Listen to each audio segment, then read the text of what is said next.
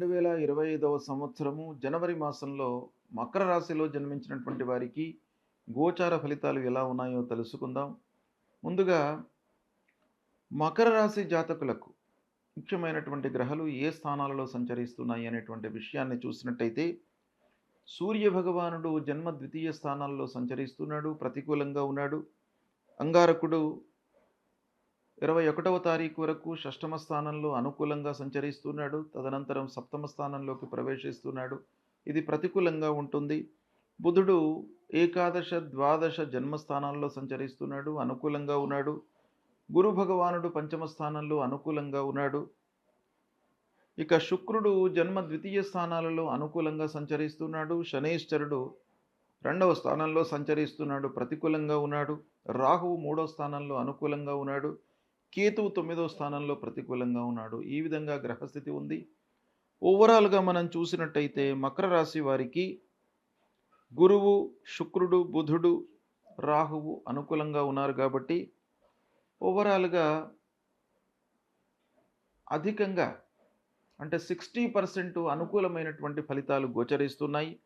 అయితే కొన్ని విషయాలలో శని మూలకంగా, కేతు మూలకంగా, సూర్య భగవానుడి మూలకంగా అస్థిరత ఉండేటువంటి అవకాశాలు ఉన్నాయి. ఆదాయంలో కొంత అస్థిరత గోచరిస్తుంది కాబట్టి దీన్ని మీరు జాగ్రత్తగా చూసుకున్నట్టయితే ఆ నిలకడగా ఉండే పరిస్థితిని మీరు క్రియేట్ చేసుకోగలుగుతారు. ఇక సమాజంలో మంచి వారితో స్నేహం చేస్తారు. మొదటి 2 వారాలు మంచి వారితో సాహచర్యం లభిస్తుంది మీకు. అయితే తదనంతరం మాసాంతం లోపల కొంత వృధా ఖర్చులు కూడాను గోచరిస్తున్నాయి కాబట్టి ఈ మంచివారితో స్నేహాన్ని మీరు మలుచుకోవాలి, కార్య సాఫల్యానికి ఉపయోగించుకోండి. ఇక ఖర్చుల విషయంలో జాగ్రత్త అవసరము. భార్యా పిల్లలతో సంతృప్తిగా ఉంటారు. కుటుంబ పెద్దల సూచనలను పాటిస్తూ ఉంటారు. వివాహాది శుభకార్యాలు చేస్తారు, శుభకార్యాలకు హాజరవుతారు. పిల్లల సెటిల్మెంట్ విషయం లోపల అంటే వాళ్ళ ఉద్యోగం కానివ్వండి, వారికి ఒక మంచి సంబంధం చూడడం పైన కానివ్వండి, వారి యొక్క హయ్యర్ ఎడ్యుకేషన్ విషయంలో కానివ్వండి, మీరు సమయానికి మంచి నిర్ణయాలు తీసుకుంటారు. చాలా ప్రభావవంతంగా వాళ్ళపైన మీరు మనస్సు నిలుపుతారు. ఇక భార్యా పిల్లలతో సంతృప్తిగా ఉండడము, కుటుంబ పెద్దల యొక్క సూచనల మూలకంగా మీకు చాలా పనులు నెరవేరుతాయి, లాభసాటిగా ఉంటాయి. అయితే ఆర్థిక స్థితి మూలకంగా కొన్ని పనులలో ఆలస్యము, జాప్యము, వాయిదా పడడము ఇలాంటివి కూడాను గోచరిస్తున్నాయి కాబట్టి కొంత జాగ్రత్తగా మీరు నిర్ణయాలు తీసుకోవాలి. ముందు చూపుతో వెళ్ళడం చాలా అవసరము. అంటే ఆర్థిక పరిస్థితి మూలకంగా కొన్ని పనులు ఎఫెక్ట్స్ అయ్యేటువంటి అవకాశం ఉంది కాబట్టి ముందు చూపుతో మీరు వెళ్ళండి. ప్రణాళికాయుతంగా పూర్వాపరాలను చాలా ఆలోచించి మీరు స్టెప్స్ తీసుకున్నట్టయితే బాగా కలిసి వస్తుంది. ఇకపోతే వ్యాపారస్తులు ముఖ్యంగా కొంత ఆలోచించి పెట్టుబడులు పెట్టాలి. గుడ్డిగా పెట్టుబడులు పెట్టకుండా ఉన్నట్టయితే మీకు లాభదాయకంగా క్రయ విక్రయాలు జరుగుతూ ఉంటాయి. ఇకపోతే సమయస్ఫూర్తితో మీరు నిర్ణయాలు తీసుకుంటారు. చిన్న వ్యాపారస్తులకు మట్టుకు ఇబ్బంది ఉండదు. పెద్ద మొత్తంలో పెట్టుబడులు పెట్టేటువంటి వాళ్ళు హ్యూజ్ అమౌంట్ ఇన్వెస్ట్మెంట్ చేసి మీరు ఎవరైతే వ్యాపారం చేస్తున్నారో వాళ్ళు మట్టుకు కొంత జాగ్రత్తలు తీసుకోవాలి. ఈ నెలలో చాలా విషయాలపై ప్రభావం చూయించేటువంటి గ్రహాలు మీకు అనుకూలంగానే ఉన్నాయి కాబట్టి కొంత జాగ్రత్తగా మీరు తీసుకున్నట్టయితే మీకు సత్ఫలితాలు కలుగుతాయి. ఇకపోతే ప్రతి విషయంలోనూ 1కి 4 సార్లు ఆలోచించండి. నిర్ణయాలు తీసుకునే ముందు అనుభవజ్ఞుల యొక్క సహాయ సహకారాలు తీసుకోండి. దగ్గరి వాళ్లతో మీరు చర్చించండి, సత్ఫలితాలను పొందుతారు. కాంట్రాక్టర్లకు సజావుగానే జరుగుతుంది వ్యవహారం. రియల్ ఎస్టేట్ రంగంలో ఉన్నటువంటి వారికి అనుకూలంగా ఉంది ఈ మాసం.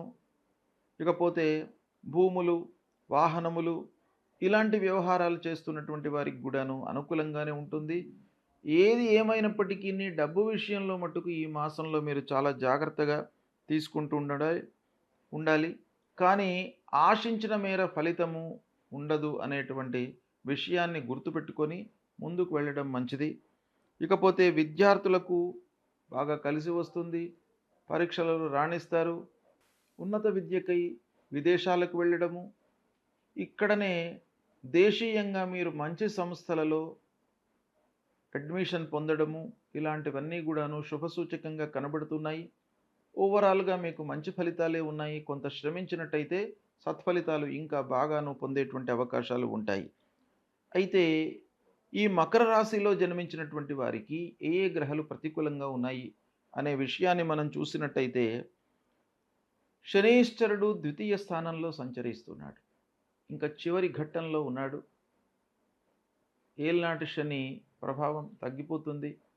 ఈ జనవరి, ఫిబ్రవరి, మార్చి లోపల వెళ్ళిపోతున్నాడు గనక, ఈ వెళ్ళే ముందు కొన్ని మంచి పనులు, స్థిరమైనటువంటి పనులు చేసే అవకాశం కూడాను ఉంటుంది. కాబట్టి స్థిరమైన పనులు చేస్తున్నప్పటికీని, చేయించినప్పటికీని ఖర్చులు తప్పవు కాబట్టి దాన్ని దృష్టిలో పెట్టుకోండి. ఆ శనీశ్వరుడి ప్రీత్యర్థమై శివాలయానికి వెళ్ళండి. శివాలయంలో ఉన్నటువంటి ఆదిత్యం సూర్యుణ్ణి, అంబికాం అమ్మవారిని, గణాధిపతిం గణపతిని, విఘ్నేశ్వరుణ్ణి, శివుణ్ణి వీళ్ళందరినీ కూడాను మీరు కొలిచినట్టయితే ఆ శని ప్రభావం తగ్గిపోతుంది. ప్రతినిత్యం కూడాను నీలాంజన సమాభాసం రవిపుత్రం మహాగ్రహం ఛాయా మార్తాండ సంభూతం తం నమామి శనీశ్వరం అనేటువంటి మూలమంత్రాన్ని చదువుకున్నట్టయితే ఆ శని భగవానుడి యొక్క అనుగ్రహం లభిస్తుంది. నవగ్రహ స్తోత్ర పారాయణం చేసుకోండి. నవగ్రహాల లోపల దక్షిణ భాగంలో ఉన్నటువంటి ఆ శనీశ్వరుడి పైన నువ్వుల నూనెతో అభిషేకం చేయండి. చేసినట్టయితే ఆ భగవంతుడు, ఆ శని భగవానుడు అనుగ్రహించి మిమ్మల్ని నష్టాలలోకి నెట్టకుండా కాపాడుతుంటాడు. అనవసరమైనటువంటి ఖర్చులు ముందుకు రాకుండా మిమ్మల్ని అనుగ్రహిస్తాడు. ఇక అదృష్టము కలిసి రావడానికి ముఖ్యంగా సూర్యనారాయణుణ్ణి, విఘ్నేశ్వరుణ్ణి పూజించండి. తద్వారా ఏమవుతుంది, మీరు ఎంత ఎఫర్ట్స్ పెట్టినప్పటికీ, ఎంత కష్టపడినప్పటికీ ఒక 1% అయినా కూడాను ఆ భగవంతుడి యొక్క అనుగ్రహము తప్పకుండా కావాలి మనిషికి. కాబట్టి ఆ రూపంలో ఆ భగవంతుడు మిమ్మల్ని అనుగ్రహిస్తాడు కాబట్టి విఘ్నేశ్వరుణ్ణి, సూర్యుణ్ణి పూజించండి తప్పకుండా. మీకు అన్ని రకాలుగా శుభ ఫలితాలు కలుగుతాయి. శుభం.